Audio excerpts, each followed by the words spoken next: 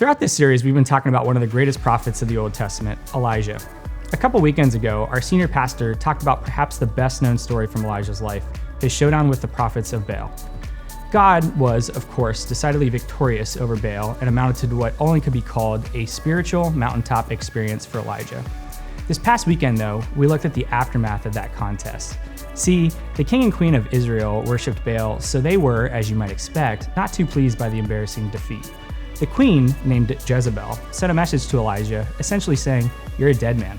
You'd think that after all Elijah had seen God do, after all the power God had displayed, all the faithfulness God had shown, that Elijah wouldn't give Jezebel's threat a second thought. Instead, the Bible tells us that Elijah ran for his life and slipped into such a place of despair that he asked God to just let him die. I don't know about you, but I oddly find that comforting. I've been spent before, physically, emotionally, spiritually, and I've often found myself wondering if I'm the only one, or even beating myself up for not being a better Christian or more faithful Christian. But here we have this incredibly faithful man of God, from whom God did amazing things, and he was spent. Elijah was exhausted and discouraged. If you find yourself at a place of exhaustion or discouragement, you're not alone. That's what I want you to hear today. You are not alone.